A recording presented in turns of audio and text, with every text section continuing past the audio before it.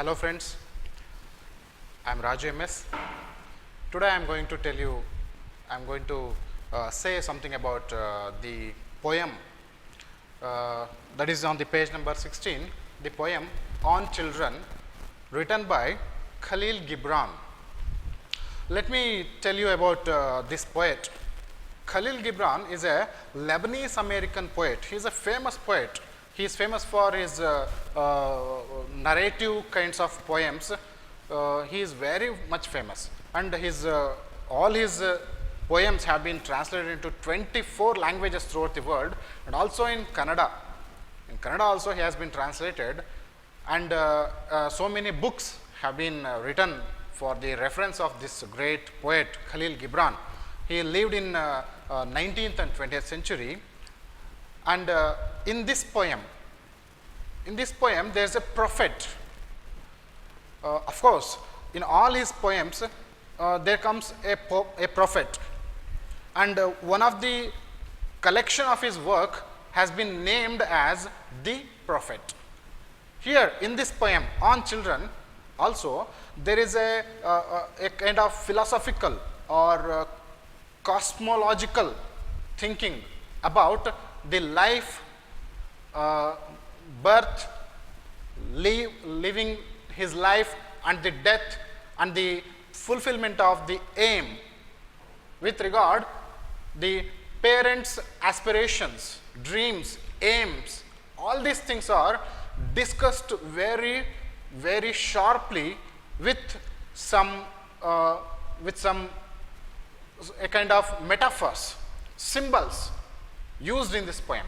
It is written in a kind of free verse. It is called free verse. It is not a sonnet, it is not a ode, it is not any kind of other poem. It is written in free verse, but not bothering about the rhyme scheme, not bothering about the alignment of the lines, number of lines, total number of lines in this poem. There is no such barrier, there is no such constraints for the for writing this poem. And let me tell you about, before going to explain this poem, this famous poem, let me explain. When you consider your life, you as a children, your parents' aspiration are imposed, your parents' dreams, your parents' aims to make you a good citizen of this world, a good person in this world. They dream to make you a kind of great persons, great personality. Their ideas, their thoughts will be implied on your personality. They will force you, they will behave, your parents will behave like possessive, like demanding. This kind of imposition on your life, on your personal dreams, on your personal aspirations, your personal understanding of this world will be regulated by your parents, your peers.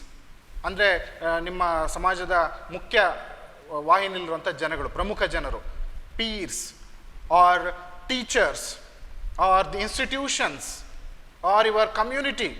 All these people make you to become a person of this society.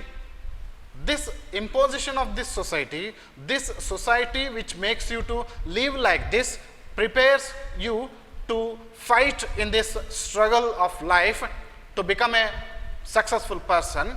All these things are imposed or effective in your life, effective in your aims, aspirations, your work, your hardships, all these things. But apart from all these things, these are the good things. They are happening in this society. You have been socialized. You people, you students, you children have been socialized in institutions like colleges, like institutionalized in your families, in the society. All these things make you to socialize yourself. But this prophet in this poem He tells about children, on children, he speaks about children. It is a kind of preaching, it is a kind of sermon given to the gathering. This prophet and his followers. The prophet is sitting on a table, on a bench, and the disciples are watching him. What he is going to tell about the children, about our children, how to make we parents, we disciples, we parents, how to make our children successful people. He is telling about children. This is the whole way of understanding and getting an entry into this poem, this world of this poem. Khalil Gibran. He is a wonderful poet. And to make you, to give you a picture of what comes in this poem. This poem on children, here there is a prophet to his sermon, a mother. Her name is not given here. The prophet's name is also not given. This may be universal. Any prophet may be of any country, any region, any kind of society or community. The leader, the peer. This prophet tells something about children, prophetically, philosophically, cosmologically, phenomenologically. ಇಷ್ಟೆಲ್ಲ ದೊಡ್ಡ ದೊಡ್ಡ contextual words ಬೇಡ. ಆದರೆ ಹೇಗೆ ಜೀವನವನ್ನು ಅರ್ಥ ಮಾಡ್ಕೋಬೇಕು, ಹೇಗೆ ಮನುಷ್ಯ ಸ್ವರೂಪವನ್ನು ಅರ್ಥ ಮಾಡ್ಕೋಬೇಕು, how to understand the life on earth, how to understand the children and their life on earth, and their struggle and their life and the future of the children. Whether these children are regulated and commanded by the parents, or they are commanded by the God or the fate. Anebara. The fate decides the future of the children, not the parents. But of course, the parents will play a justifiable role. They play a decisive role. But apart from all the efforts of parents, children and their future will be guided by the fate or the God or the goodness or the goodwillness of the children. Parents are just a kind of tool, catalysts. You are the science students, you can understand what is the meaning of catalyst. Parents are like catalysts. They will add on the personality of children, add on to the personality of the children. Children are like potent personalities, having caliber in them, having all the abilities in them, having all the capacities in them. They will get the help of the children, help of the parents. But parents will not give a particular shape to children. They can only help, they can only guide, they can only tell about themselves and tell about this society. They can guide, they can act as catalysts. That's it. But God is the supreme power who runs this world, whole world, the whole society, human beings, human life on earth. Okay? These are all the philosophical things. But to put it in a straightforward way about this poem, I will explain in a very simple manner about this poem. Look at this. The prophet says to the mother. Mother is the representative of parents here. She is a parent. She has come here in front of this prophet by holding her baby to her bosom. Bosom means her chest. Bosom means her heart. She is holding her baby and sitting in front of the prophet. And she asks the prophet, tell me something about children. Tell me something about how to nourish, how to take care of our children, how to make the upbringing of the children very nice, very good. Then prophet says, it's a kind of a powerful sentence. The first and foremost sentence of this poem is a kind of powerful sentence.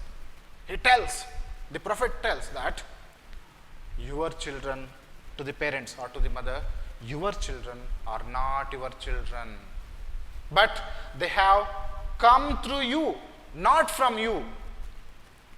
ಇದು ನಿಮಗೆ ಆಶ್ಚರ್ಯ ಆಗ್ಬೋದು. Will be amazed what this prophet is saying. What is this prophet saying? They come through you. They have come through you, not from you. Parents ಇಂದನೇ ಉಗಮವಾದದ್ದಲ್ಲ. ನೀವು chemistry ಓದಿದ್ರೆ ಕೆಮಿಸ್ಟ್ರಿಯಲ್ಲಿ ಒಂದು theory ಹೇಳ್ತದೆ, no one can create, no human being can create a new thing. Parents cannot create. They are not the creators. They are just living beings. Through them, this life that has been existed so many centuries ago, in the past, so many centuries.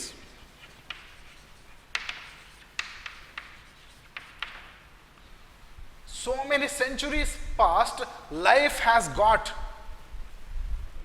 come into existence on earth. Life, man, living beings have got their existence on earth so many centuries ago, so many years ago. And that life, that is life's longing, the prophet says, the life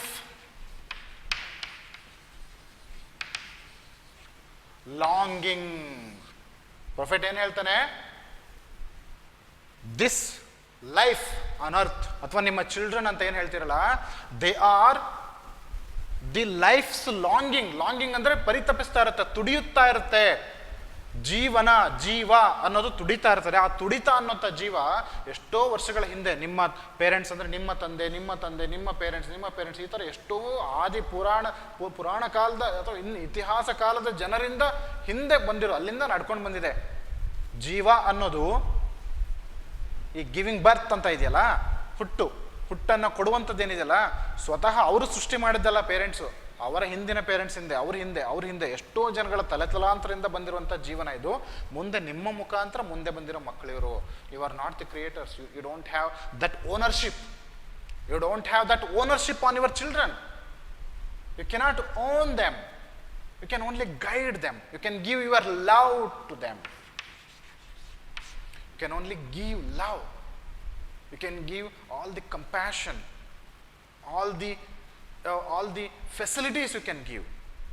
Love, caring, nourishing, everything you can do. But you are not the creators of your children. This is the prophet's words. These are the prophet's words.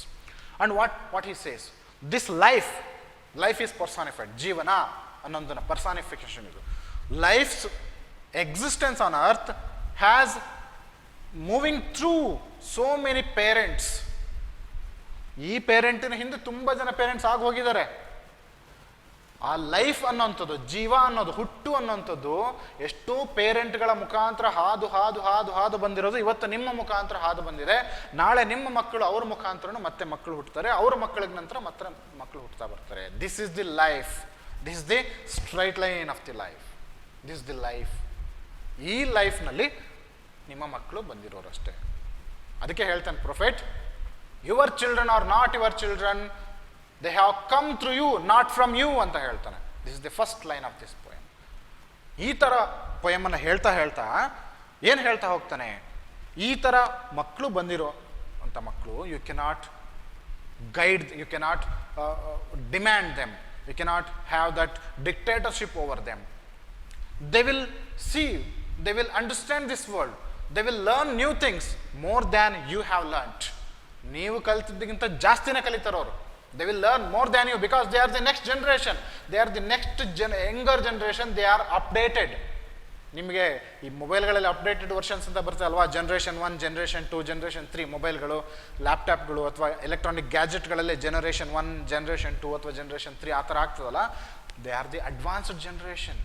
They will learn, they will have that capacity to learn more than you. But you may think, parents may think that, oh, children don't know anything. Children don't know how to do things, how to work things, parents may think. But this is not the thing you must not think about. The prophet says to the mother, don't worry about your children. They will learn, they will achieve. You just give love. You just give the caring, That's it. That is the end of your responsibility. You will have all the facilities, materialistic facilities, emotional facilities, confidence to them. You can give all these things, but don't impose anything. You have to become, don't say your children, you become engineer, you have to become a doctor, you have to become like so and so. Don't impose them. They will know what to do. Children will learn what can be achieved by them. They themselves will know what can be achieved. That is the way the prophet says. This is a philosophical way of telling the children and their life that is always moving forward towards future. You can give because they are moving towards future. This is the prophet's way to tell about children, on children. And what else he says? And he says that you may give them love, not your thoughts. You can't give your thoughts.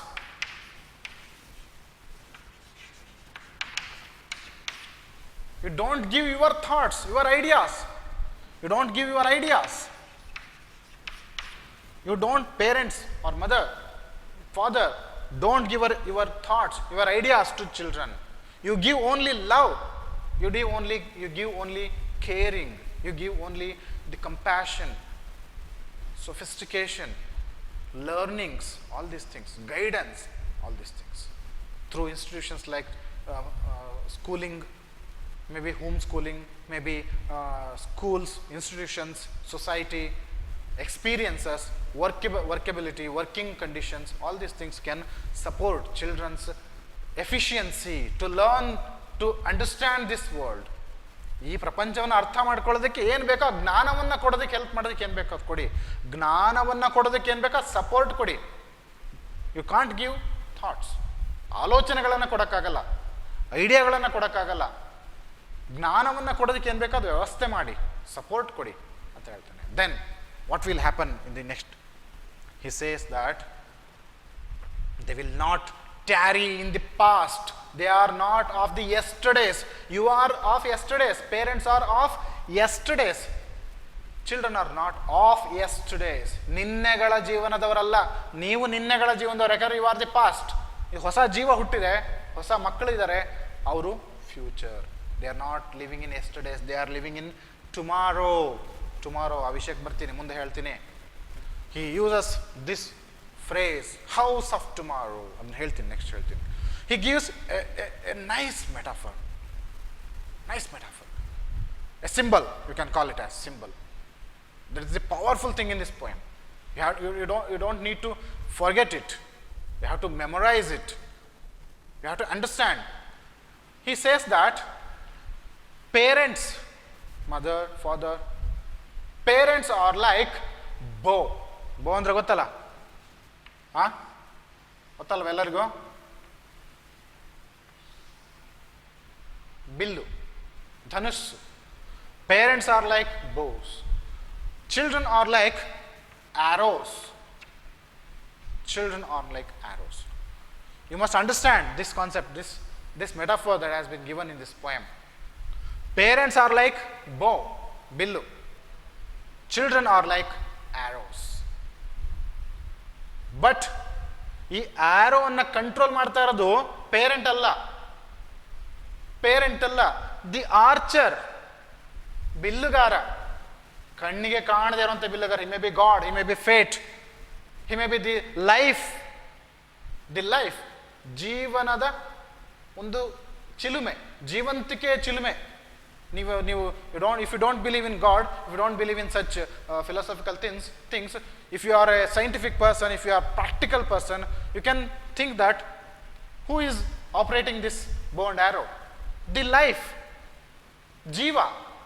ನೀವು ಜೀವಶಾಸ್ತ್ರ students, biology ಓದೋರಾಗಿದ್ದರೆ, ಜೀವ, life, this mechanism of life and death, the mechanism of birth, life and death, this mechanism is operating this bow and arrow, not the parents, because parents don't have control over the life, death.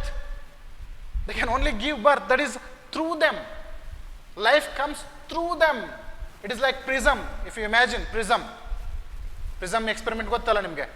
Through the prism, light comes and it will be, and what you call it as, ವಿಬ್ಗಯೋರ್.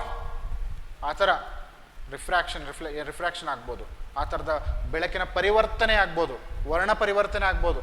ಮಕ್ಕಳು ಅವರ ಮುಖಾಂತರ ಬಂದಾಗೆ, ಬೆಳಕಿನ ಕಿರಣಗಳು ಅವ್ರ ಮುಖಾಂತರ ಬಂದ ಹಾಗೆ ಪ್ರಿಸಮ್ನ ಮುಖಾಂತರ ಇಲ್ಲಿ ಪೇರೆಂಟ್ಸ್ನ ಮುಖಾಂತರ ಜೀವನ ಹೊಮ್ಮಿ ಬಂದಂತೆ ಅನ್ನೋದನ್ನ ಪ್ರೊಫೆಟ್ ಹೇಳ್ತಾ ಇದ್ದಾನೆ. It's a new awakening to the parents and also children. It's a kind of awakening. ಎಲ್ಲರೂ ಏನು ಅನ್ಕೊಂಡ್ಬಿಟ್ಟಿದ್ದಾರೆ, this world, we live in this world, we always believe in ownership. ಎಲ್ಲದ್ರ ಮೇಲೆ ಓನರ್ಶಿಪ್. ನೀವೆಲ್ಲ ಮಕ್ಕಳು, ನೀವು ಓದ್ಬೇಕಾದ್ರೆ ನಿಮ್ಮ ಬುಕ್ಕು, ನಿಮ್ಮ ಪೆನ್, ನಿಮ್ಮ ಮನೆ, ನಿಮ್ಮ ಸ್ಕೂಟಿ, ನಿಮ್ಮ ಸ್ಕೂಟರ್, ನಿಮ್ಮ ಬೈಕ್, ನಿಮ್ಮ ಕೋಣೆ, ನಿಮ್ಮ table, ownership. This the we give importance to this ownership. But here ownership ಅಲ್ಲ ಇಲ್ಲಿ ಬೇಕಾಗಿರೋದು. We don't bother about this ownership, whether the children are owned by parents. Let them live life fully. He is telling the mother, he is telling all the disciples sitting in front of him, he is telling the community of parents, don't bother about their life, their future. They will find their future. They will know what to get and what not to get. They will understand. They will gain the knowledge. But you must give them love. That's it. You must give them a secured, a protective form to them. That's it. They will learn.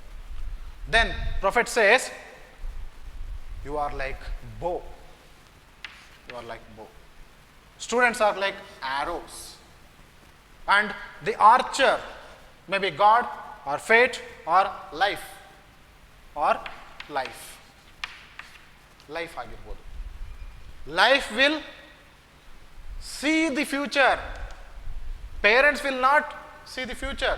Parent can't see the future because children, their movement, their life is towards a future, an aim. ಒಂದು aiming ಇರುತ್ತಲ್ಲ, ಆರೋಗಳು ಹೋಗಿ ತಲುಪುವಂಥ ಜಾಗ ಇರುತ್ತಲ್ಲ, aim. ಎಲ್ಲೋ future ತುಂಬ ದೂರ ಇರ್ತದೆ. Future ತಲುಪೋ ತನಕ ಇವ್ರು ಬದುಕಿರಲ್ಲ, ಪೇರೆಂಟ್ಸ್ ಬದುಕಿರಲ್ಲ. ಯಾವುದೋ ಒಂದು ಈ ಮಕ್ಕಳಿಗೆ ಅರ್ಧ ವಯಸ್ಸಾಗೋಷ್ಟರಲ್ಲಿ ಪೇರೆಂಟ್ಸ್ ಸತ್ತೋಗ್ಬಿಡ್ತಾರೆ. ವಯಸ್ಸಾಯಿತು ಸತ್ತೋಗ್ತಾರೆ, ಏಜ್ ಆಗಿತ್ತು ಸತ್ತೋಗಿರ್ತಾರೆ. But that future, who sees that future? Not parents. Parents can't see the future, the fate, ultimate achievement. Ultimate, that is the destination. Parents can't see the destination. Children also can't see the destination. They will work towards the destination. Parents will show the path. Parents will show the destination, but the ultimate result can't be judged, can't be assessed by parents, and also can't be assessed or judged by children also. So, who sees that ultimate destination? Who sees that result, ultimate result? The God will see the result. Life itself, or archer, or fate, he can only give children the ultimate future. So, these arrows have their destination in the house of tomorrow. ಎಲ್ಲಿಗೆ ತಲುಪ್ತಾರೆ? ಗಮ್ಯ. What is the destination? Final destination? House of tomorrow. ನಾಳೆಯ ದಿನಗಳ ಮನೆಗಳು. ಅದು ಯಾವುದೋ ಒಂದು ಮನೆ ಅಂದ್ರೆ ಇಲ್ಲಿ ಫಿಸಿಕಲ್ ಆಗಿರುವಂಥ ಮನೆ ಅಲ್ಲ, ನಾಳೆಯ the house of tomorrow. They will find that house of tomorrow in future days, and that is the aim of those children. The prophet says that don't bother about such future. If you find that the children are committing some mistakes, if the children are doing so and so wrong things, they will find the outcome of the wrong deeds, outcome of their mistakes. They will correct it by themselves. You can't make them to correct. They will understand what is the mistakes, what is the mistake. If you take the example of Mahatma Gandhi committed so many mistakes. He became he stole some pen, or he stole something. He drank the wine, he drank the liquor, he ate the meat. All these things, when he realized that this is a wrong thing, he left all those things, evil things. That is the experiments with life. Gandhi, when he was a child, he did the experiment with his life. That's why he has put the autobiography's name, My Experiments with Life. Truth, the experiments with life. ಸರಿ ಮಾಡಿ title ಏರಿಯಾದ ನೋಡ್ಕೊಳ್ಳೋದು ಗೊತ್ತಾಗುತ್ತೆ. ನನ್ನ ಸತ್ಯ ಶೋಧನೆ ಅಂತ ಬರೀತಾರೆ ಗಾಂಧೀಜಿ. ಕನ್ನಡದಲ್ಲಿ ಟ್ರಾನ್ಸ್ಲೇಟ್ ಆಗಿದೆ ಅದು ಬುಕ್ ಅದು. ಸತ್ಯ ಶೋಧನೆ. ಮಕ್ಕಳು ಹಾಗೆ, ನೀವು ಹಾಗೆ ಮಾಡ್ಕೋಬೇಕು. ಪೇರೆಂಟ್ಸ್ನ ಸಪೋರ್ಟ್ ಇರಬೇಕು. ನಿಮಗೆ ಮಾನಸಿಕವಾಗಿರುವಂಥ ಸಪೋರ್ಟ್ ಸಿಗಬೇಕು ಪೇರೆಂಟ್ ಕಡೆಯಿಂದ. ಮಾನಸಿಕವಾಗಿರುವಂಥ ನಿಮ್ಮ ಗೈಡೆನ್ಸ್ ಸಿಗಬೇಕು. ಧೈರ್ಯ ಇರಬೇಕು, ಸ್ಥೈರ್ಯ ತುಂಬಬೇಕು. ನೀವು ನಿಮ್ಮ ತಪ್ಪುಗಳನ್ನು ನೀವು ಸರಿಪಡಿಸ್ತಾ ಹೋಗಬೇಕು ಮಕ್ಕಳ. ಇದು ನಿಮಗಿರುವಂಥ ಒಂದು ಒಳ್ಳೆ ಕವಿತೆ. ಇದು ನಿಮ್ಮ ಜೀವನವನ್ನು ನೀವು ತಯಾರು ಮಾಡ್ಕೊಳ್ಳೋದಕ್ಕೆ ಒಳ್ಳೆ ಕವಿತೆ ಇದು ನಿಮಗೆ. ನೀವು second P U C, second P U C ಓದ್ತಾ ಇದ್ದೀರಲ್ಲ, ಇದು ನಿಮ್ಮ ತಪ್ಪುಗಳನ್ನು ತಿದ್ದುಕೊಳ್ಳೋದಕ್ಕೆ ಒಂದು ಸಮಯ ಇದು. You will learn by yourself, not by parents or anybody. Nobody can help you to reach destination. You are the owner of your destination. You are the owner of your life. You can decide what to become and what not to become by thinking about. That's why you can have thought by your own self. You can have your own thought. Children can have own thought, not the parents' thought, not the parents' ideas. You can have your own thought, your ideas, your knowledge, your own knowledge. You will learn this world. You will understand this world and you will find the aim, destination. This is the thing here in this poem. What else? This prophet, by giving these things, he tells that the archer or God, he loves both the bow and arrow. Even though he makes this bow bend like this. Bow bend agattavaga. When he stretches that bow to shoot the arrow to the future, he will bend the bow.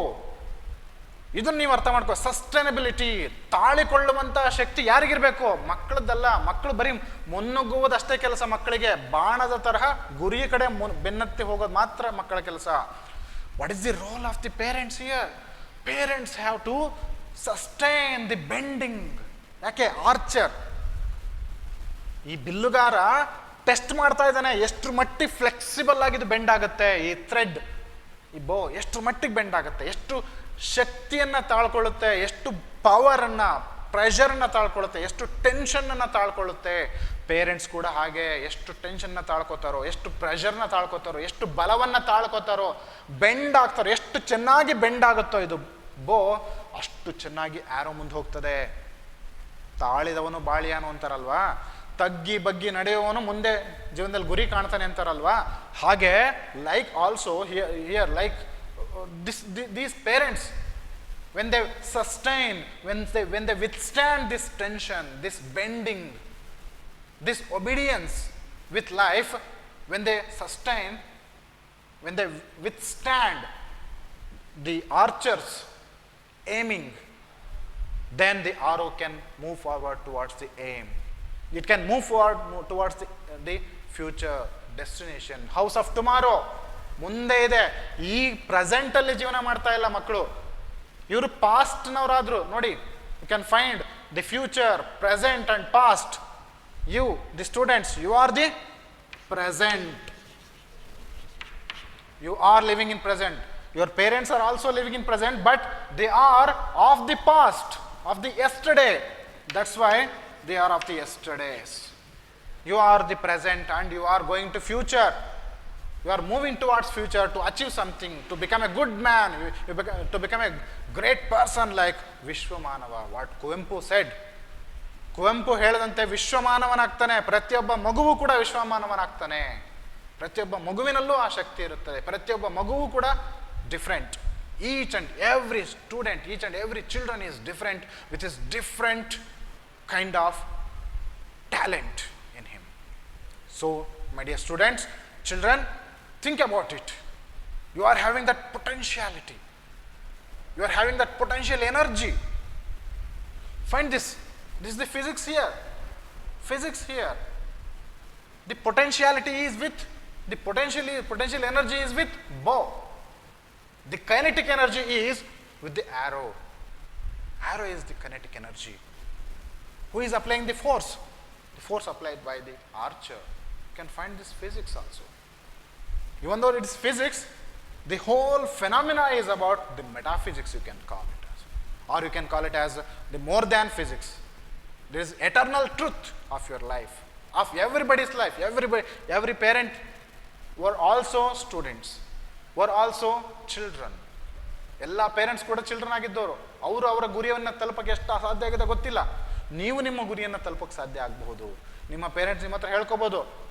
Sometimes your parents may share their thoughts that they couldn't achieve so many things. They couldn't fulfill their future aspirations. Your parents may share those ideas. ನಿಮಗೆ ಹೇಳ್ತಾರೆ ಅವಾಗ, my dear child, you fulfill it. What I have stopped in the middle, you fulfill it.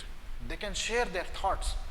But you can't continue their thought, you can't continue their aspiration, but you will have your own kind of understanding, and also your target will be different. Because once upon a time, getting a job and becoming a worker by using pen, papers, files, all those things were different. But you are the next generation. You may not use pen, paper, all those things. You may be of digital world. In the future, you may use digital world. No pen, no paper, only just those electronic gadgets like tab, laptop, mobile, all those things. The future target will be different, not like the parents. Parents ಇದ್ದಂಥ ಸಂಕಷ್ಟಗಳು ನಿಮಗಿರಲ್ಲ, ನಿಮಗೆ ಬೇರೆ ಥರದ ಸಂಕಷ್ಟಗಳು ತಂದೊಡ್ಡುತ್ತೆ. ಯಾವುದು? Life ನಿಮಗೆ ತಂದೊಡುತ್ತೆ. ಜೀವನ ಅನ್ನೋದನ್ನು ನೀವಿಲ್ಲಿ ಜೀವನ ಅನ್ನೋದನ್ನೇ ಒಂದು ಫಿಲಾಸಫೈಸ್ ಮಾಡ್ತಾ ಇದರಲ್ಲಿ. ಹಾಗಾಗಿ ಇಲ್ಲಿ ನೋಡಬೇಕು. ಅದಕ್ಕೆ ಹೇಳ್ತಾನೆ, the poet says, Khalil Gibran or the prophet says that the archer loves whom? The god loves whom? God loves both the parents and children.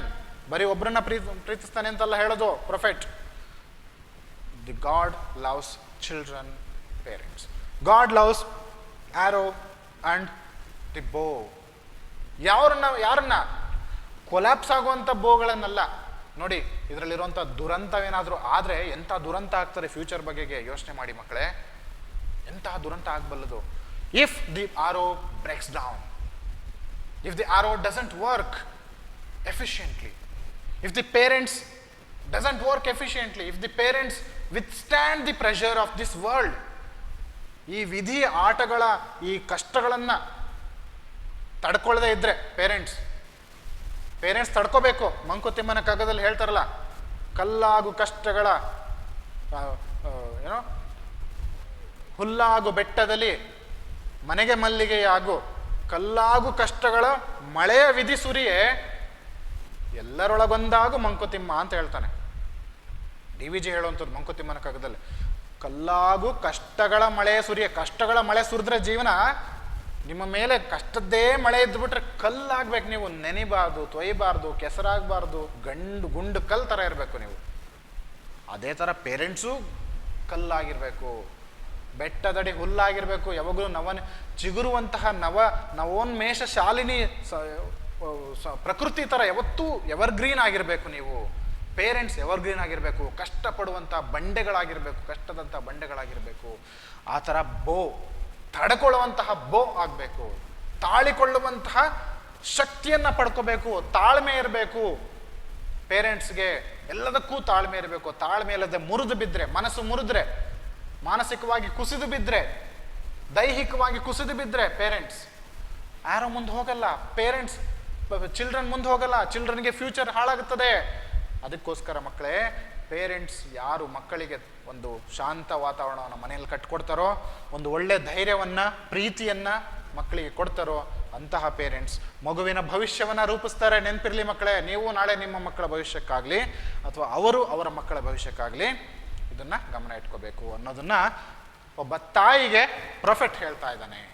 ನೋಡಿ, ಇದು ನಿಮ್ಮೆಲ್ಲರ ಜೀವನದ ಬಗ್ಗೆ ಕೂಡ್ಕೊಂಡಿರುವಂಥ ಜೀವನ. ಇದು ತಿಳ್ಕೊಳ್ಬೇಕಾಗಿರುವಂಥ ಫಿಲಾಸಫಿ ಇದು. ಇದರ ಬಗ್ಗೆ ಅರಿವಿರಲಿ ನಿಮಗೆ ಮಕ್ಕಳೇ. So my dear friends, the bow and arrow, God, archer loves both the bow and arrow.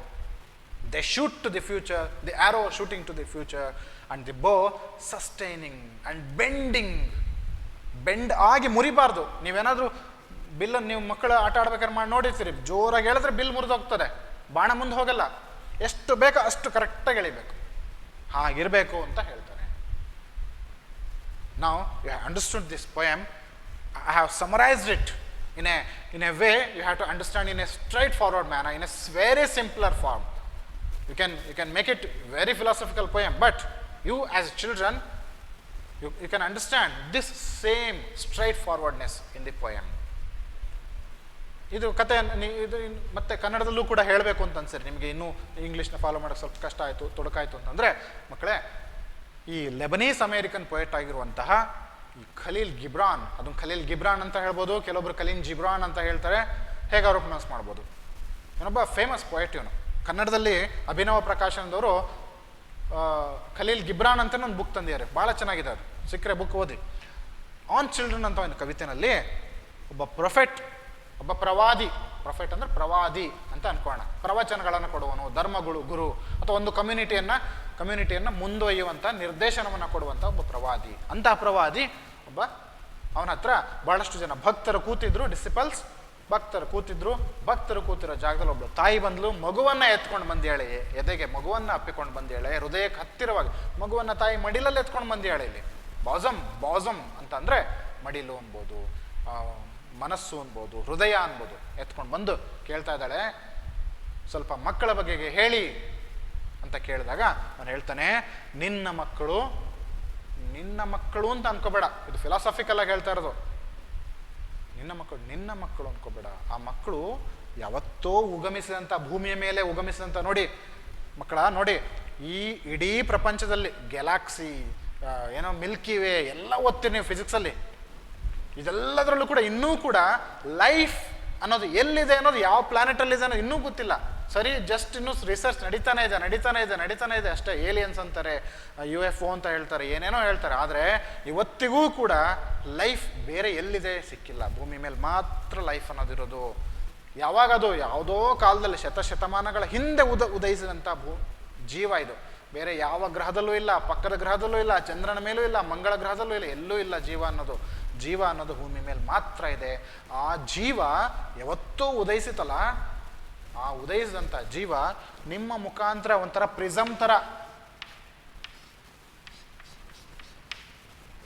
ನಿಮ್ಮ ಮುಖಾಂತರ ನೀವು ಪ್ರಿಸಮ್ ಥರ, ನಿಮ್ಮ ಮುಖಾಂತರ ಹಾದು ಬಂದಿರೋ ಹಾಗೆ ಮಕ್ಕಳು ಹಾದು ಬಂದಿರಷ್ಟೇ. ಜೀವ ಅನ್ನೋದಕ್ಕೆ ನೀವು ಕೊಡುಗೆಯಾಗಿ ಕೊಟ್ಟಿದ್ದೀರಷ್ಟೇ. ನಿಮ್ಮ ಮುಖಾಂತರ ಹುಟ್ಟಿ ಬಂದಿರೋಂಥ ಮಕ್ಕಳಷ್ಟೇ.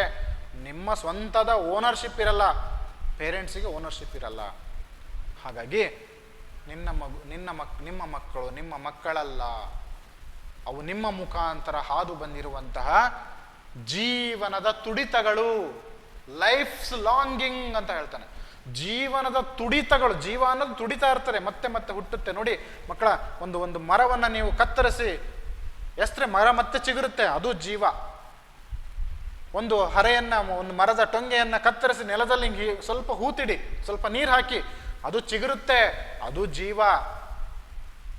ಮನುಷ್ಯರಲ್ಲೂ ಕೂಡ ಹಾಗೆ, ಪ್ರಾಣಿಗಳಲ್ಲೂ ಕೂಡ ಹಾಗೆ ಜೀವ ಅನ್ನೋದು ಜೀವನದ ತುಡಿತ, life's longing for itself ಅಂತ ಹೇಳ್ತಾನೆ. ಓದ್ತೀನಿ, ಆಮೇಲೆ ಅದ್ರ ಪೊಯಮ್ ಓದ್ತೀನಿ. ಈಗ ಜಸ್ಟ್ ಕನ್ನಡದಲ್ಲಿ ಮತ್ತೊಂದ್ಸಲ ಹೇಳ್ತಾ ಇದ್ದೀನಿ. ಜೀವನದ ತುಡಿತ ಅನ್ನೋದು ನಿಮ್ಮ ಮುಖಾಂತರ ಹಾದು ಬಂದಿರುವಂಥ ಮಕ್ಕಳಾಗಿ ಮುಂದೆ ಹೋಗ್ತಾ ಇದೆ ಅಂತ ಹೇಳ್ತಾನೆ. ನೀವು ಅವರಿಗೆ ಏನನ್ನ ಕೊಡಬಹುದು? ಅವರು ಫ್ಯೂಚರ್, ಭವಿಷ್ಯದ ಕಡೆಗೆ ಮುನ್ನುಗ್ಗುತ್ತಾ ಇರುವಂಥ ಮಕ್ಕಳವರು. ನೀವು ಸ್ಟಿಲ್ ಆಗ್ಬಿಟ್ಟಿದ್ರೆ, ನೀವು ಮುಗೀತು, ನಿಮ್ಮ ಜೀವನದ ಒಂದಿಷ್ಟು ಅಚೀವ್ಮೆಂಟ್ಸ್ ಮುಗಿದೋಗ್ಬಿಟ್ಟಿದೆ. ಇನ್ನು ಮುಂದೆ ನೀವು ಅಚೀವ್ ಮಾಡೋಕ್ಕಾಗಲ್ಲ, ಯಾಕೆಂದರೆ ಮಕ್ಕಳು ಅಚೀವ್ ಮಾಡ್ತಾರೆ ಇನ್ನು ಮುಂದೆ. ನೀವು ಒಂದು ಸ್ವಲ್ಪ ಸ್ಟ್ಯಾಗ್ನೆಂಟ್ ಆಗ್ಬಿಟ್ಟಿದ್ದೀರ ಅಷ್ಟೇ. ಹಾಗಾಗಿ ಫ್ಯೂಚರ್, ಭವಿಷ್ಯದ ಕಡೆ ಹೋಗ್ತಾ ಇರುವಂಥ ನಿಮ್ಮ ಮಕ್ಕಳು, ಅವ್ರಿಗೆ ನೀವು ಏನನ್ನು ಕೊಡಬೇಕು? ನಿಮ್ಮ ಆಲೋಚನೆಗಳನ್ನು ಕೊಡಬೇಡಿ, ನಿಮ್ಮ ಐಡಿಯಾಗಳನ್ನು ಕೊಡಬೇಡಿ, ನಿಮ್ಮ ಪ್ರೀತಿಯನ್ನೊಂದೇ ಧಾರೆ ಎರೀರಿ ಸಾಕು. Unconditional love you can give to your children ಅನ್ನೋಂಥದ್ದು ಪ್ರೊಫೆಟ್ ಹೇಳ್ತಾನೆ. ಅನ್ಕಂಡೀಷನಲ್ ಲವ್, ಕಂಡೀಷನ್ಗಳಿರಬಾರ್ದು. ಪ್ರೀತಿ, ಭಾವನೆಗಳು, ಪ್ರಾಮಾಣಿಕವಾಗಿರಬೇಕು. ಇಲ್ಲಿ ವ್ಯವಹಾರವಾಗಬಾರದು ಪ್ರೀತಿ ಅನ್ನೋದು. Love between children and parent will not be a business. It is the eternal truth of this life, this philosophical thing called life. ಪ್ರೀತಿ ಅನ್ನೋದಿದೆಯಲ್ಲ, ಇಟ್ ಈಸ್ ಎಟರ್ನಲ್ ಟ್ರುತ್. ಯಾಕೆ ಪ್ರೀತಿ ಅನ್ನೋದೇ ಇವತ್ತು ಜೀವವನ್ನು ಹಿಡಿದಿಟ್ಟಿರೋದು. ನೀವೆಲ್ಲ ಯಾಕೆ ಬದುಕ್ತಾ ಇದ್ದೀರಿ? ನಿಮ್ಮನ್ನು ಪ್ರೀತಿಸೋರಿದ್ದಾರೆ, ನಿಮ್ಮನ್ನು ಇಷ್ಟಪಡೋರಿದ್ದಾರೆ ಅಂತ ನೀವು ಬದುಕ್ತಾ ಇದ್ದೀರಿ. ತಂದೆ ತಾಯಿಗಳು ನಿಮ್ಮನ್ನು ಪ್ರೀತಿಸ್ತಾ ಇದ್ದಾರೆ, ನಿಮ್ಮನ್ನು ಇಷ್ಟಪಡುವಂಥ ಎಷ್ಟೋ ಜನ ನಿಮ್ಮ ಸಮುದಾಯದಲ್ಲಿದ್ದಾರೆ, ಅದಕ್ಕೋಸ್ಕರ ಪ್ರೀತಿಸ್ತಾ ಇದ್ದೀರಿ. ಅದಕ್ಕೆ JS ಶಿವರುದ್ರಪ್ಪನವರು ಒಂದು ಕವಿತೆ ಹೇಳ್ತಾರೆ, ಮಕ್ಕಳೇ, ಪ್ರೀತಿ ಇಲ್ಲದ ಮೇಲೆ ಹೂವು ಅರಳಿತು ಹೇಗೆ, ಪ್ರೀತಿ ಇಲ್ಲದ ಮೇಲೆ ಮೋಡ ಕಟ್ಟಿತು ಹೇಗೆ, ಮಳೆ ಸುರಿದೀತು ಹೇಗೆ ಅಂತ ಕೇಳ್ತಾರೆ. ಹೂವು ಅರಳೋದಕ್ಕೂ ಮೋಡ ಕಟ್ಟೋದಕ್ಕೂ, ಭೂಮಿ ಮೇಲಿಂದ ನೀರಾವಿ ಹೋಗಿ ಮೋಡ ಕಟ್ಟೋದಕ್ಕೂ, ಮೋಡ ಮತ್ತೆ ಮಳೆ ಸುರಿಯೋದಕ್ಕೂ, ಇದೆಲ್ಲದಕ್ಕೂ ಕಾರಣ ಏನು ಅಂತಂದ್ರೆ ಪ್ರೀತಿ. ಯಾವುದ್ರ ನಡುವೆ ಪ್ರೀತಿ? ಪ್ರಕೃತಿನಲ್ಲೂ ಪ್ರೀತಿ ಇದೆ.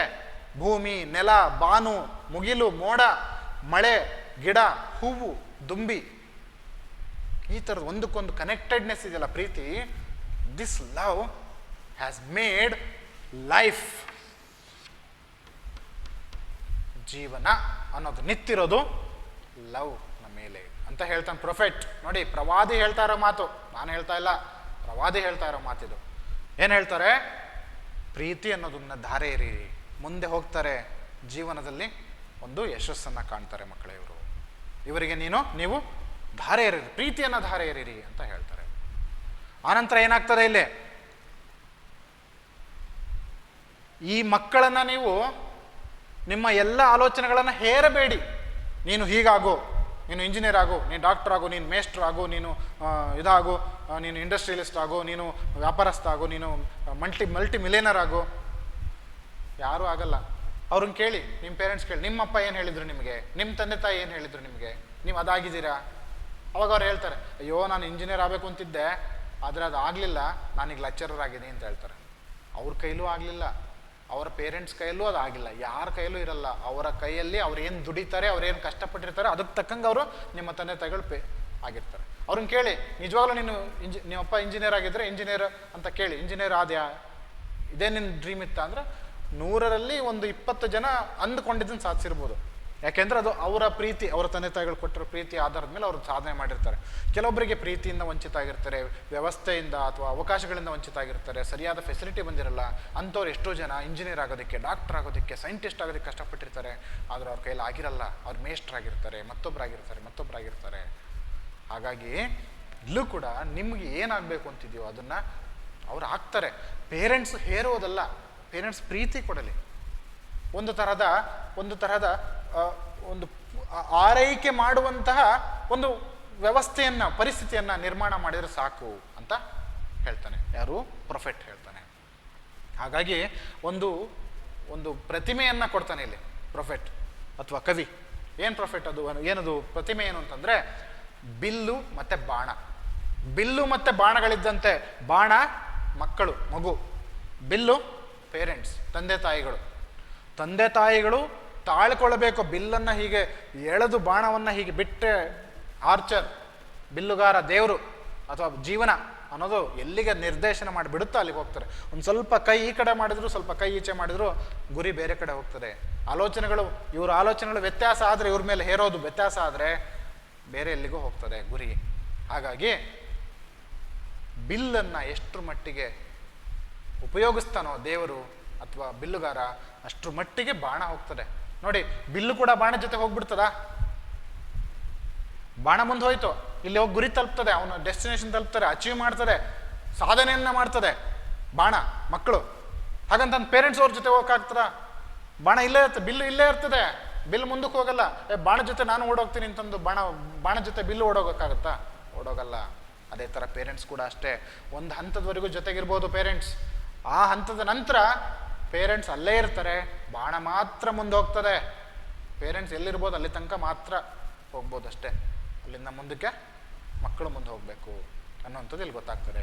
ಮತ್ತು ದೇವರು ಇಬ್ಬರನ್ನೂ ಪ್ರೀತಿಸ್ತಾನೆ, ಮಕ್ಕಳನ್ನೂ ಪ್ರೀತಿಸ್ತಾನೆ, ಪೇರೆಂಟ್ಸನ್ನು ಪ್ರೀತಿಸ್ತಾನೆ. ಯಾವಾಗ ಮಾತ್ರ ಪ್ರೀತಿಸ್ತಾನೆ ದೇವರು ಅಂತಂದರೆ, ಬಿಲ್ಲು ಕಷ್ಟವನ್ನು ತಾಳ್ಕೋಬೇಕು, ಆ ಎಳೆತವನ್ನು, ಆ ಬಿಗಿಯನ್ನು, ಬಾಗಿಸಿದಂತಹ ಬಗ್ಗುವಿಕೆಯನ್ನು ಬಗ್ಗಿ ಬಗ್ಗಿಸಿದ ಎಷ್ಟರ ಮಟ್ಟಿಗೆ ಬಗ್ಗಿಸ್ತಾರೋ ಅಷ್ಟರ ಮಟ್ಟಿಗೆ ಬಾಗಿ ತಾಳ್ಕೋಬೇಕು. ಮುರಿಬಾರ್ದು, ಮನಸ್ಸು ಮುರಿಬಾರ್ದು, ಮಾನಸಿಕವಾಗಿ ಕುಸಿದು ಬೀಳಬಾರ್ದು. ಅಂತಹ ಪೇರೆಂಟ್ಸ್ ಇದ್ರೆ ಬಾಣ ಮುಂದುಗ್ತದೆ. ಅಂತಹ ಪೇರೆಂಟ್ಸನ್ನು ದೇವರು ಆಶೀರ್ವದಿಸ್ತಾನೆ.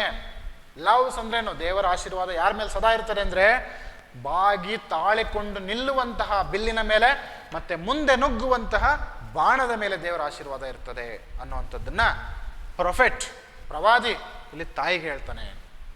ಇದು ಲೋಕಜ್ಞಾನ. ಇದನ್ನ ಈಗ ಗೆಳೆಯರೇ, ಪ್ರೀತಿಯ ವಿದ್ಯಾರ್ಥಿಗಳೇ, we shall read this poem. If you find any word, any phrase or any sentence difficult, you can work with the dictionary, and also I will explain the words, meanings and the line by line understanding of this poem. Take your book, open page number 16 and look at these lines. I will read this poem now. And a woman who held a babe against her bosom said, "Speak to us of children." And he said, "Your children are not your children. They are the sons and daughters of life's longing for itself. They come through you, but not from you. And though they are with you, yet they belong not to you. You may give them your love, but not your thoughts, for they have their own thoughts. You may house their bodies, but not their souls. For their souls dwell in the house of tomorrow, which you cannot visit, not even in your dreams. You may strive to be like them, but seek not to make them like you. For life goes not backward, nor tarries with yesterday. You are the bows from which your children, as living arrows, are sent forth. The archer sees the mark upon the path of the infinite, and he bends you with his might, that his arrows may go swift and far. Let your bending in the archer's hand be for gladness, for even he loves the arrow that flies, so he loves also the bow that is stable. ಎಲ್ಲ ಓದ್ಕೊಂಡ್ರಾ? ನೋಡ್ಕೊಳ್ಳಿ, 2 ಸಲ ಓದಿ ಪೊಯಮ್ನ. ಯಾಕೆಂದರೆ ಎಕ್ಸಾಮಲ್ಲಿ ನೀವು ಓದಬೇಕಾದ್ರೆ ಈ ಪೊಯಮ್ನ ಲೈನ್ಗಳು ನೆನಪಿರಬೇಕು. ಕೆಲವೊಮ್ಮೆ ಸಮರಿ ಮರ್ತು ಹೋದ್ರು ಎಕ್ಸಾಮಿನಲ್ಲಿ ಈ ಲೈನ್ಗಳವ್ರು ನೆನಪಿರಬೇಕು. ನೋಡಿ, ಪ್ರತಿ ಒಂದು ಲೈನ್ ಕೂಡ ಬಹಳ ಇಂಪಾರ್ಟೆಂಟ್ ಆಗಿರುವಂಥ ಲೈನ್ ಅನಿಸುತ್ತೆ ಇದು ಅರ್ಥ ಮಾಡ್ಕೊಳ್ಳೋದಕ್ಕೆ. ನೋಡಿ, ಲೈನ್ ಬೈ ಲೈನ್ ಎಕ್ಸ್ಪ್ಲೇನ್ ಮಾಡ್ತಾ ಹೋಗ್ತೀನಿ. First line, and a woman who held a babe against her bosom. ನೋಡಿ, ಎ ಬೇಬ್ ಅಂದರೆ ಬೇಬಿ, ಮಗುವನ್ನು, ಬಾಸಮ್ ಎದೆಗೆ ಒಪ್ಪಿಕೊಂಡು ಬಂದೇಳೆ ತಾಯಿ. ಎ ವುಮನ್, ಎ ಮದರ್ ಬಂದೇಳೆ. ಅವಳು ಬಂದು ಹೇಳ್ತಾಳೆ ಪ್ರವಾದಿ ಹತ್ರ, speak to us of children. ಮಕ್ಕಳ ಬಗೆಗೆ ಒಂದಿಷ್ಟು ಹಿತವಚನಗಳನ್ನು ಹೇಳಿ, ನುಡಿಗಳನ್ನು ಹೇಳಿ, ಹಿತನುಡಿಗಳನ್ನು ಹೇಳಿ, ಪ್ರವಚನವನ್ನು ಕೊಡಿ ಅಂತ ಕೇಳಿದಾಗ ಒಂದೇ ಘೋಷವಾಕ್ಯದಿಂದ ಶುರು ಮಾಡ್ತಾನೆ. ಆನಂತರ ಎಕ್ಸ್ಪ್ಲನೇಷನ್ ಶುರು ಮಾಡ್ತಾನೆ ಪ್ರೊಫೆಟ್. ಅಂಡ್ ಹಿ ಸೆಡ್, ಅವನು ಹೇಳ್ತಾನೆ prophet, your children are not your children. ನಿನ್ನ ಮಕ್ಕಳು ನಿಮ್ಮ ಮಕ್ಕಳಲ್ಲ, ನಿಮ್ಮ ಮಕ್ಕಳಲ್ಲ. ಅಂದರೆ ಜೀವನದ ಮುಂದಿನ ಲೈನನ್ನು ಓದಿ, ಮತ್ತು ಇದೊಂದು ಲೈನಿಗೆ ನಿಲ್ಲಿಸ್ಬಿಡ್ಬೇಡಿ, ಅರ್ಥ ಬೇರೆ ಬೇರೆ ಆಗ್ತಾರೆ. ಈ ಲೈನಿನ ಅರ್ಥವನ್ನು ಮುಂದಿನ ಲೈನಿಗೆ ಆರೋಪಿಸಿ ನೋಡಿ, ಅಪ್ಲೈ ಮಾಡ್ಕೊಂಡು ನೋಡಿ ಏನು ಹೇಳ್ತಾ ಇದ್ದಾನೆ ಎಕ್ಸ್ಪ್ಲನೇಷನ್ ಅಂತ ನೋಡಿ. They are the sons and daughters of life's longing for itself. Underline ಮಾಡ್ಕೊಳ್ಳಿ, life's longing for itself ಅಂತ ಇದಲ್ಲ, ಅದನ್ನ ಅಂಡರ್ಲೈನ್ ಮಾಡ್ಕೊಳ್ಳಿ. They are the sons and daughters. Children are the sons and daughters of not these parents. They are the sons and daughters of the life. ಮಕ್ಕಳು ಯಾರ ಮಕ್ಕಳು? ಇವರ ಮಕ್ಕಳಲ್ಲ. Life, ಜೀವನ, ಜೀವಂತಿಕೆ, ಜೀವ ಅನ್ನೋದಿದೆಯಲ್ಲ ಭೂಮಿ ಮೇಲೆ, ಮಂಗಳ ಗ್ರಹದ ಮೇಲಲ್ಲ, ಬುಧ ಗ್ರಹದ ಮೇಲಲ್ಲ, ಭೂಮಿ ಮೇಲಿರುವಂಥ ಜೀವ ಅನ್ನೋದಿದೆಯಲ್ಲ, ಈ ಜೀವದ ಮಕ್ಕಳಿವರು, ಜೀವದ ಮಕ್ಕಳು. ಆತ್ಮ ಅನ್ನೋದೊಂದು ಇಲ್ಲಿಂದನೋ ಪ್ರವಾಹ ಆಗಿ ಇವರ ಮುಖಾಂತರ ಬಂದು ಇಲ್ಲಿ ಒಂದು ಆತ್ಮವಾಗಿ ಬಂದಿದೆ. ಜೀವ ಮತ್ತೆ ಆತ್ಮವಾಗಿ ಬಂದಿರುವಂಥದ್ದು. They are the sons and daughters of life's longing for itself. ನೋಡಿ, ನೆಕ್ಸ್ಟ್ ಲೈನಲ್ಲಿ ಹೇಳ್ತಾನೆ ಮತ್ತೆ, they come through you but not from you. They come through you but not from you. ನಿಮ್ಮ ಮುಖಾಂತರ ಬಂದಿದೆ. ಜೀವ ಯಾವತ್ತೋ ಉದಯಿಸಿದೆ ಭೂಮಿ ಮೇಲೆ, ನಿಮ್ಮ ಮುಖಾಂತರ ಬಂದಿದೆ ಅಷ್ಟೇ. ನಾಳೆ ಇವರು ಪೇರೆಂಟ್ಸ್ ಆದರೆ ಇವ್ರ ಮುಖಾಂತರನೂ ಜೀವ ಮುಂದಕ್ಕೆ ಹೋಗ್ತದೆ. ಅವರ ಮಕ್ಕಳು ಪೇರೆಂಟ್ಸ್ ಆದ್ರ ಮೇಲೆ ಅವರಿಗೂ ಕೂಡ ಅವರ ಮುಖಾಂತರವೂ ಕೂಡ ಜೀವ ಮುಂದಕ್ಕೆ ಹೋಗ್ತದೆ. ಅದು ಯಾವತ್ತಿನೋ ಜೀವ. ನೀವು ಜೀನ್ಸ್ ಅಂತ ಹೇಳ್ತೀರಿ, ಕ್ರೋಮೋಸೋಮ್ಸ್ ಅಂತ ಹೇಳ್ತೀರಿ, ವಂಶವಾಹಿ ಅಂತ ಹೇಳ್ತೀರಿ. ವಂಶವಾಹಿ ಅಂತ ಯಾಕೆ ಹೇಳ್ತೀರಿ? ಆ ವಂಶವಾಹಿ ನೋಡಿ, ವಾಹಿ ವಾಹನ ಅಂದರೆ ಪ್ರಸರಣ, ಪ್ರಸರಿಸೋದು, ಒಂದರಿಂದ ಇನ್ನೊಂದು ಕಡೆ ಪ್ರವಾಹ ಆಗೋದು. ಇಟ್ ಇಸ್ ಕಾಲ್ಡ್ ಜೀವವಾಹಿ. ಕರೆಂಟ್, ಲೈಫ್ ಕರೆಂಟ್ ಅಂತ ಹೇಳ್ಬೋದು ನೀವು. ಕರೆಂಟ್ ಅಂದರೆ ಪ್ರವಾಹ. ವಿದ್ಯುತ್ ಪ್ರವಾಹ ಹೇಗೆ ತಂತಿ ಮುಖಾಂತರ ಆಗ್ತದೋ, ಒಂದೊಂದು ಒಂದೊಂದು ಅಣುಗಳ ಮುಖಾಂತರ ವಿದ್ಯುತ್ ಪ್ರವಾಹ ಆಗಿ ಮುಂದೆ ಎಲೆಕ್ಟ್ರಿಸಿಟಿ ಆಗಿ ಹೋಗ್ತದೋ, ಹಾಗೆ ಇಲ್ಲೂ ಕೂಡ ಜೀವ ಅನ್ನೋದೊಂದು ಎಲೆಕ್ಟ್ರಿಸಿಟಿ ಥರ ಪ್ರವಾಹಿಸಿ ಮುಂದೆ ಬಂದಿರುವಂಥದ್ದು ಅಷ್ಟೇ ಇದು ಅಂತ ಹೇಳ್ತಾನೆ. ಅದಕ್ಕೆ and though they are with you yet they belong not to you.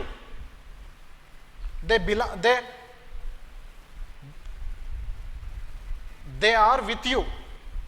ನಿಮ್ಮ ಜೊತೆ ಇದ್ದಾರೆ, ಪೇರೆಂಟ್ಸ್ ಜೊತೆಗೆ ಮಕ್ಕಳಿದ್ದಾರೆ. They don't belong to you. ನಿಮ್ಮ ಬಿಲಾಂಗಿಂಗ್ನೆಸ್ ಅಂತ ಬಂದಾಗ ಓನರ್ಶಿಪ್. ಎಷ್ಟೋ ಜನ ಪೇರೆಂಟ್ಸ್ ಅಂತಾರೆ, ಇವನು ನನ್ನ ಮಗ, ನಾನು ಹೇಳ್ದಂಗೆ ಕೇಳ್ತಾನೆ, ಇವನು ನನ್ನ ಮಗ, ನಾನು ಹೇಳ್ದಂಗೆ ಆಗ್ತಾನೆ, ಇವನು ನನ್ನ ಮಗ, ನಾನು ಹೇಳ್ದಂಗೆ ಸೈಕಲ್ ಓಡಿಸ್ತಾನೆ ಅಂತ ಅನ್ಕೋತಾರೆ. ಪೇರೆಂಟ್ಸು ಸೈಕಲ್ ತಳ್ತಾರೆ, ತುಳಿಯಪ್ಪ ಅಂತ. ಇವ್ರು ಹೇಳ್ದಂಗೆ ತುಳಿತಾನ ಅವನು, ಕಷ್ಟ ಆಗ್ತದೆ, ಕಷ್ಟ ಇರ್ತದೆ. ಕಲ್ಲು ಮುಳ್ಳು, ರೋಡ್ ಹಿಂಗೆ ಮೇಲಿರ್ತದೆ, ಕೆಳಗಿರ್ತದೆ, ಡೌನ್ ಇರ್ತದೆ, ಟರ್ನ್ ಇರ್ತದೆ, ಟ್ವಿಸ್ಟ್ ಇರ್ತದೆ. ಪೇರೆಂಟ್ಸ್ ಹೇಳ್ದಂಗೆ cycle ಓಡ್ಸೋಕ್ಕಾಗಲ್ಲ.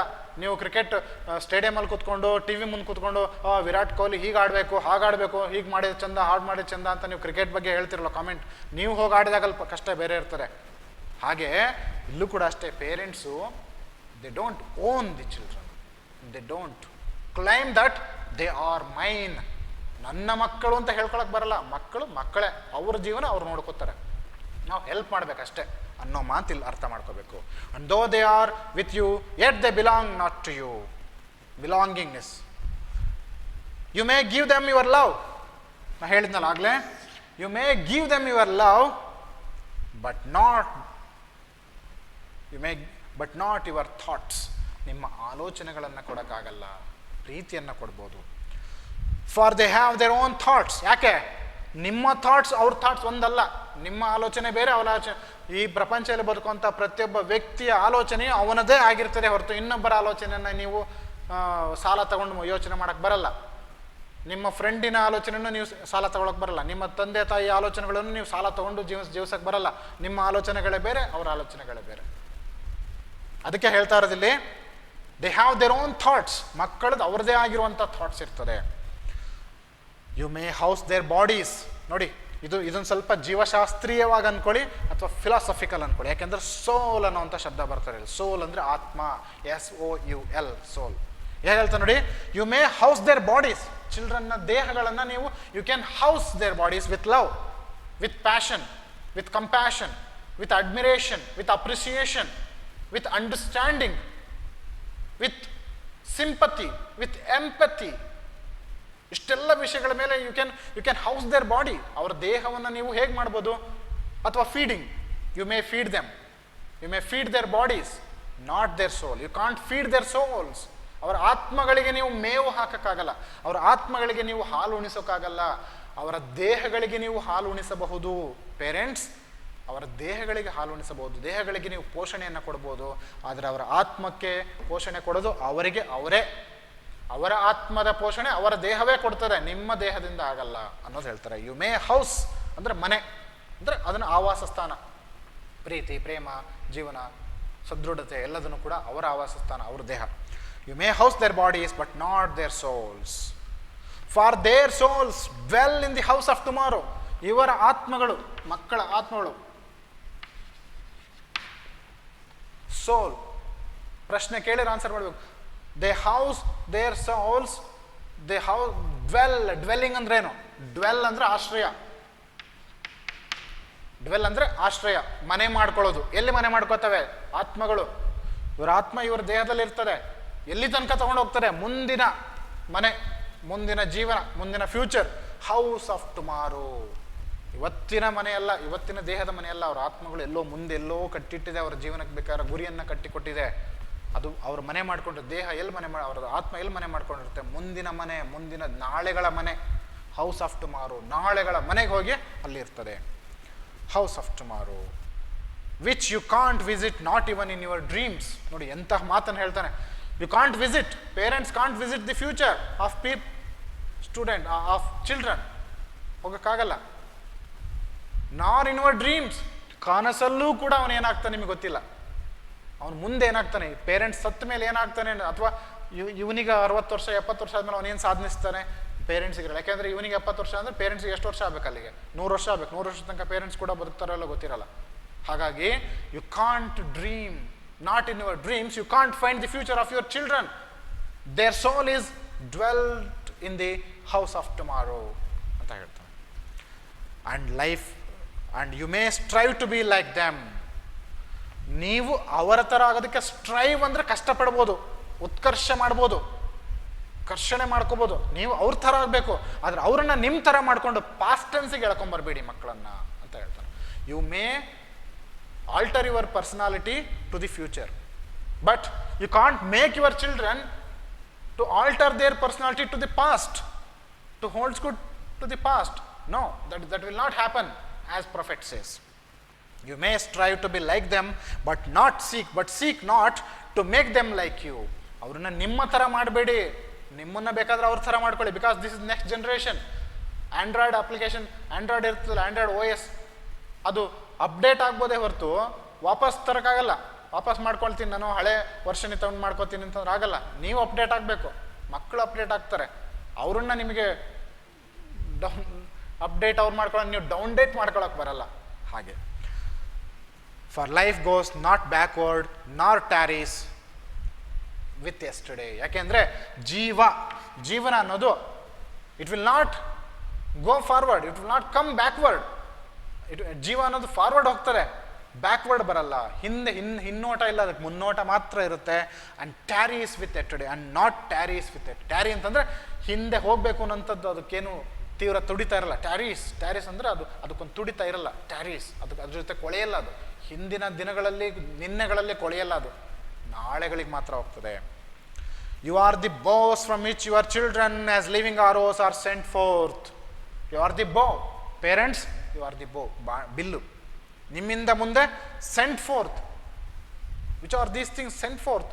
Arrows are sent forth to the future. The archer sees the mark upon the path. Archer, ಇಲ್ಲಿ ಗಾಡ್ ಅನ್ನೋ ಶಬ್ದ ಬಳಸಿಲ್ಲ, ನಾವು ಅರ್ಥ ಮಾಡ್ಕೋಬೇಕು. ಆರ್ಚರ್ ಅಂದರೆ ಗಾಡ್, ಬಿಲ್ಲುಗಾರ. Archer sees the mark upon the path. ಈ ಜೀವನದ ದಾರಿನಲ್ಲಿ ಮಾರ್ಕ್ ಅಂದ್ರೇನು? ಮಾರ್ಕ್ ಮೀನ್ಸ್ ಗುರಿ, ಏಮ್, ಗಮ್ಯ, destination. Archer can see only the mark upon the path. Mark ಅಂದ್ರೆ ಸರ್ಕಲ್ ಹಾಕಿಂದ ಈ ಥರದ್ದು. Mark upon the path of the infinite. ನೋಡಿ, ಇನ್ಫಿನಿಟ್ ಎಲ್ಲಿದೆ ಅದು? ಪೇರೆಂಟ್ಸ್ ನಿಂತ್ಕೊಂಡು ಇನ್ನು 30 ವರ್ಷಕ್ಕೆ ನಿನ್ನ ಗುರಿ ಇದೆ ಡಿಸೈಡ್ ಮಾಡೋಕ್ಕಾಗಲ್ಲ. ಪೇರೆಂಟ್ಸ್ ಇಲ್ಲಿ ನಿಂತ್ಕೊಂಡು ಮಕ್ಕಳಿಗೆ ನಿನ್ನ ಗುರಿ ಇನ್ನು 50 ವರ್ಷಕ್ಕೆ ಸಿಗುತ್ತೆ ಡಿಸೈಡ್ ಮಾಡೋಕ್ಕಾಗಲ್ಲ. ಎಷ್ಟೋ ಜನ 60 ವರ್ಷಕ್ಕೆ ಸಾಧನೆ ಮಾಡಿದವರಿದ್ದಾರೆ. ನೀವೆಲ್ಲ ನೊಬೆಲ್ ಅವಾರ್ಡ್ಸ್ ನೋಡಿರ್ತೀರಿ. ನೊಬೆಲ್ ಅವಾರ್ಡ್ಗಳು ಎಂತೆಂಥ ಸೈಂಟಿಸ್ಟ್ಗಳಿದ್ದಾರೆ. ಅವ್ರು ಎಷ್ಟು 30 ವರ್ಷಕ್ಕೆ ನೊಬೆಲ್ ಸಿಕ್ಕಿದೆಯಾ? 30 ವರ್ಷಕ್ಕೆ ಅಚೀವ್ ಮಾಡ್ಕೊಂಡ್ಯಾರ? ಇಲ್ಲ, 50 ವರ್ಷ, 60 ವರ್ಷ, 70 ವರ್ಷದ ನಂತರ ಎಷ್ಟೋ ಜನಕ್ಕೆ ಸಕ್ಸಸ್ ಅನ್ನೋದು ಸಿಕ್ಕಿದೆ. ಹಾಗಾಗಿ ಇಲ್ಲಿ ಹೇಳ್ತಾ ಇರೋದು ಪಾತ್ ಆಫ್ ಇನ್ಫಿನಿಟ್. ಚಿಲ್ಡ್ರನ್ ಅವರ ಅಚೀವ್ಮೆಂಟ್ ಇರೋದು 30 ವರ್ಷನೂ ಅಲ್ಲ, 50 ವರ್ಷ ಅಲ್ಲ, 70 ವರ್ಷ ಅಲ್ಲ, ಎಷ್ಟೋ ವರ್ಷ. ಅದನ್ನು ಇವ್ರಿಗೆ ಗೊತ್ತಿಲ್ಲ. Infinite, that is infinite. ಎಲ್ಲಿದೆ ಗೊತ್ತಿಲ್ಲ, ಅನಂತ ಇನ್ಫಿನೈಟ್ ಇದೆ. ಆ್ಯಂಡ್ ಹೀ ಬೆಂಡ್ಸ್ ಯು ಅಂದರೆ ಬೋ ಅನ್ನ ಬೆಂಡ್ ಮಾಡ್ತಾನೆ. ನೋಡಿ, ಹೀ ಅನ್ನೋದು ಹೆಚ್ ಕ್ಯಾಪಿಟಲ್ ಇದೆ. ಹೆಚ್ ಕ್ಯಾಪಿಟಲ್ ಹೀ ಅಂದರೆ ಆರ್ಚರ್. ಹೆಚ್ ಕ್ಯಾಪಿಟಲ್ ಹೀ ಬಂದಾಗ ಇಟ್ ಈಸ್ ಗಾಡ್ ಅಂತ ಅರ್ಥ ಮಾಡ್ಕೋಬೇಕು. It is God. He bends you and his might. ನೋಡಿ, ಮತ್ತೆ ಹಿಸ್, HIS, ಹೆಚ್ ಕ್ಯಾಪಿಟಲ್ ಬಂದಿದೆ. His might. ನೋಡಿ, ಮೈಟ್ ಶಕ್ತಿ. ಆರ್ಚರ್ನ ಶಕ್ತಿ ಯಾವ್ದ್ರ ಮೇಲೆ ಬಲ ಪ್ರಯೋಗ ಆಗ್ತದೆ? ಬೋ ಮೇಲೆ ಪ್ರಯೋಗ ಆಗ್ತದೆ, ಬಾಣದ ಮೇಲಲ್ಲ. ನೋಡಿ, ಆರ್ಚರ್ ಇಟ್ಕೊಂಡು ಬಾಣ ಇಟ್ಕೊಂಡು ಹಿಂಗೆ ಎಸೆಯಕ್ಕೆ ಬರಲ್ಲ, ಬಾಣದ ಮೇಲೆ ಪ್ರಯೋಗ ಆಗ್ತಾ ಇಲ್ಲ. ಆರ್ಚರ್ನ ಶಕ್ತಿ ಮೈಟ್. ಆರ್ಚರ್ನ ಶಕ್ತಿ ಯಾರ ಮೇಲೆ ಪ್ರಯೋಗ ಆಗ್ತಾ ಇದೆ? ಪೇರೆಂಟ್ಸ್ ಮೇಲೆ ಆಗ್ತಾ ಇದೆ. ಆರ್ಚರ್ ಪೇರೆಂಟ್ಸ್ಗೆ ಬಲ ಪ್ರಯೋಗ ಮಾಡಿದರೆ ಮಕ್ಕಳು ಯಶಸ್ಸನ್ನು ಸಾಧಿಸ್ತಾರೆ ಅನ್ನೋಂಥದ್ದು ನೋಡ್ಬೋದು. Path of the infinite and he bends you with his might that his arrows may go swift and far. Answer ಬರಿಬೇಕಾಗ್ತದೆ ಕೇಳಿದರೆ. ಹೇಗೆ? Arrows go swift and far. Answer ಹೇಗೆ ಬರಿಬೇಕು?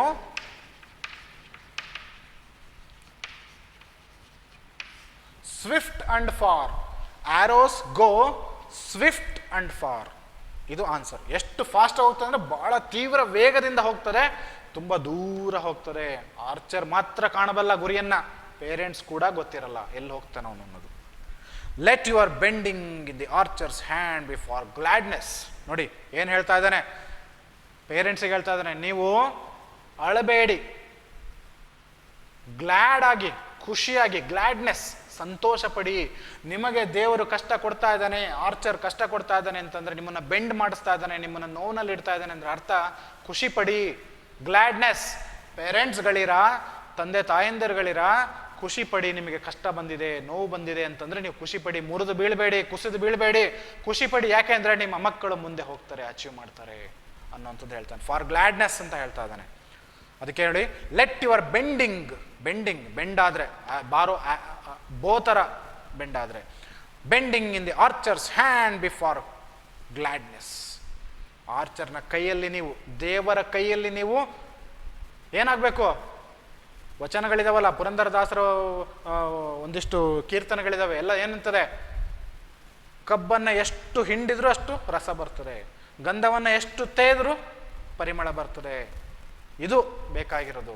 ಆ ಥರ ನಿಮಗೆ ಇಲ್ಲಿ ಖುಷಿ ಪಡ್ಬೇಕು. ನೀವು, ನಿಮಗೆ ಕಷ್ಟ ಬಂದಿದೆ ಅಂದರೆ ಮಕ್ಕಳು ಅಚೀವ್ ಮಾಡೋಕ್ಕೆ ನಿಮ್ಮನ್ನು ತಯಾರು ಮಾಡ್ತಾ ಇದ್ದಾರೆ. ಮಕ್ಕಳು ನಿಮ್ಮ ಕಷ್ಟವನ್ನು ನೋಡಿ ಮುನ್ನುಗ್ತಾರೆ, ಸಾಧಿಸಬೇಕು ಅಂತ ಕಷ್ಟಪಡ್ತಾರೆ ಅನ್ನೋಂಥದ್ದು ಇಲ್ಲಿ ಆ ಸೂಚನೆ ಇದೆ. ಅದಕ್ಕೋಸ್ಕರ let your bending in the archer's hand be for gladness ಅಂತ ಹೇಳ್ತಾನೆ. ಲಾಸ್ಟ್ ಲೈನ್ ನೋಡಿ ಎಷ್ಟು ಚೆನ್ನಾಗಿದೆ, ಬಹಳ ಚೆನ್ನಾಗಿದೆ. ಭಯ ಪಡಬೇಡ ತಾಯಿಯೇ, ನೋವು ಪಡಬೇಡ, ಖುಷಿ ಪಡು. ಗ್ಲಾಡ್ನೆಸ್, ಖುಷಿಯಾಗಲಿ.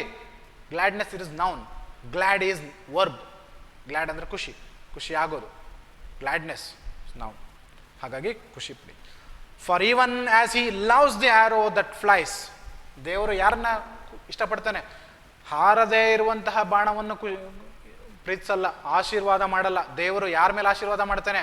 ಹಾರದಿರುವ ಬಾಣ ಅಲ್ಲ, ಹಾರಿ ನುಗ್ಗುವಂತಹ ಬಾಣವನ್ನ ಪ್ರೀತಿಸ್ತಾನೆ ದೇವರು, ಆಶೀರ್ವದಿಸ್ತಾನೆ. ಅದಕ್ಕೆ ಹಿ loves the arrow that flies, ಅಂತಹ ಬಾಣವನ್ನ ಪ್ರೀತಿಸ್ತಾನೆ. ಮತ್ತೆ so he loves also the ಬೋ ದಟ್ ಈಸ್ ಸ್ಟೇಬಲ್. ಈ ಶಬ್ದವನ್ನು ಗಮನಿಸಿ, ಸ್ಟೇಬಲ್. ಸ್ಟೇಬಲ್, ಯಾವ ಬಿಲ್ಲು ಸ್ಟೇಬಲ್ ಆಗಿರ್ತದೋ, ಸ್ಟೆಬಿಲಿಟಿಯನ್ನು ಕಂಡುಕೊಳ್ಳುತ್ತೋ, ಸಸ್ಟೈನ್ ಆಗ್ತದೋ, ನಿಲ್ಲುತ್ತೋ, ತಾಳ್ಕೊಳ್ಳುತ್ತೋ, ಕಷ್ಟ ಸುಖ ಎಲ್ಲದನ್ನೂ ತಾಳ್ಕೊಳ್ಳುತ್ತೋ ಅಂತಹದ್ದನ್ನ ದೇವರು ಪ್ರೀತಿಸ್ತಾನೆ ಅಂತ ಹೇಳ್ತಾನೆ. ಹಿ ಲವ್ಸ್ ಆಲ್ಸೋ ದಿ ಬೋ ದಟ್ ಈಸ್ ಸ್ಟೇಬಲ್ ಅಂತ ಹೇಳ್ತಾನೆ. ಇದು ಕವಿತೆಯ ಇಷ್ಟನ್ನು ನಾವು ಲೈನ್ ಬೈ ಲೈನ್ ಕೂಡ ನೋಡ್ಕೊಂಡಿದ್ದೀವಿ. ಇದ್ರ ಮೇಲೂ ಏನಾದರೂ ಡೌಟ್ ಬಂತು ಅಂತಂದರೆ ಏನಾದರೂ ನೀವು ಕೇಳ್ಬೋದು, ಎಷ್ಟಾದರೂ ವಿಷಯಗಳನ್ನು ನೀವು ಚರ್ಚೆ ಮಾಡ್ಬೋದು. And you can come to the college and ask if you have doubts, or you can call to this number.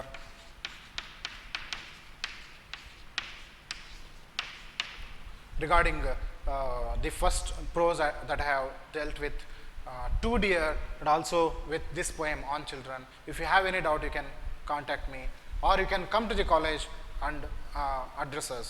Okay, all these things. And regarding questions and answers, okay, don't go with the previous exam question papers, because in this year the question paper pattern will be different, because the syllabus is less. Only 60% of the syllabus will be there in the examination. So more questions will be there on this poem, unless in the previous examination, in previous year question paper, there will be only one question on this poem for 1 mark, and only one question for 4 marks. There may be more number of questions from this poem. There may be more number of questions from the prose Two Deer. So you must read thoroughly. You must read thoroughly. So you must read line by line. You must read the textbook, and also try to answer the 1 mark questions, 4 mark questions, 6 mark questions. And we have given the study material, the notes. We have given the printed notes. There, all the questions that are there in this textbook are explained, or given, answers are given in that work, in that notes. You can follow, and if you have any doubt, if you have any corrections, you can make, and you can write your own answers also. Okay, and you must use the words that are there in this text. Don't read guide. Don't read. ಗೈಡಲ್ಲಿ ಬೇರೆ ಬೇರೆ ಶಬ್ದಗಳನ್ನ ಬಳಸಿರ್ತಾರೆ, ಆ ಥರ ಶಬ್ದ ಬೇಡ, ಬುಕ್ಕಲ್ಲಿರೋ ಶಬ್ದಗಳನ್ನೇ ಬಳಸಿ. Read the textbook and read the notes material that has been given in this by this college. Okay? Thank you, my dear friends. All the best for your kind watching this video. Thank you.